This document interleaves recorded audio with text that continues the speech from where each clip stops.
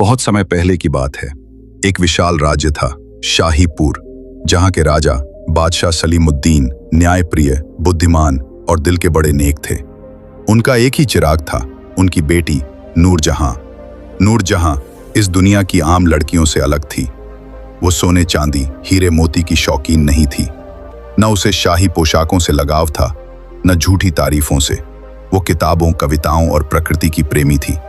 सबसे अलग बात यह थी कि उसे परिंदों से बेहद मोहब्बत थी। भाग एक तोता जो सिर्फ तोता नहीं था। राजमहल के बगीचे में नूरजहां को एक हरा भरा अनोखा तोता मिला। उसका नाम उसने रखा शाहबाज। लेकिन शाहबाज कोई आम तोता नहीं था। वो बोल सकता था, और वो भी गहराई से, जैसे किसी बुजुर्ग फकीर की आत्मा उसमें समाई हो। शाहबाज उससे बातें करता, सवाल पूछता, गूढ़ ज्ञान की बातें समझाता। धीरे धीरे वो तोता नूरजहां की आत्मा का साथी बन गया। शाम के वक्त जब महल के सब दरवाजे बंद होते, नूरजहां किताबें बंद कर शाहबाज से बातें करती, और वो कहता, जिसे तुम इंसान समझती हो वो अक्सर भीतर से खाली होता है, और जिसे तुम जानवर समझती हो उसमें कभी कभी खुदा की झलक होती है। नूरजहां को इन बातों में सुकून मिलता। वो अक्सर सोचती, क्या ये तोता वाकई सिर्फ एक परिंदा है? भाग 2, राजकुमारों की परेड और नूरजहां की जिद। बादशाह सलीमुद्दीन बूढ़े हो चले थे। उन्होंने वजीरों को हुक्म दिया कि देश विदेश से राजकुमार बुलाए जाएं, जिससे नूरजहां के लिए कोई योग्य वर चुना जा सके। राजकुमार आए, कोई तीर चलाता, कोई शेर मारता, कोई सोने से महल बनवाने का वादा करता। पर नूरजहां एक ही बात कहती, नहीं, मुझे शादी नहीं करनी, सिवाय शाहबाज के। पूरा दरबार सन्न रह गया। बादशाह को लगा कि यह किसी सनक का असर है। उन्होंने गुस्से में कहा, तुम एक परिंदे से शादी करना चाहती हो, यह हमारे खानदान की तौहीन है। लेकिन नूरजहां ने सिर झुकाकर जवाब दिया, अब्बा हुजूर, जो इंसान शक्ल से इंसान लगे वो दिल से भी इंसान हो, यह जरूरी नहीं।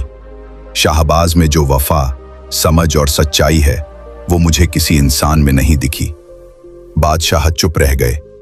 बेटी की आंखों में ऐसी सच्चाई थी कि उनके तख्त की सारी सत्ता भी उसके सामने छोटी लग रही थी।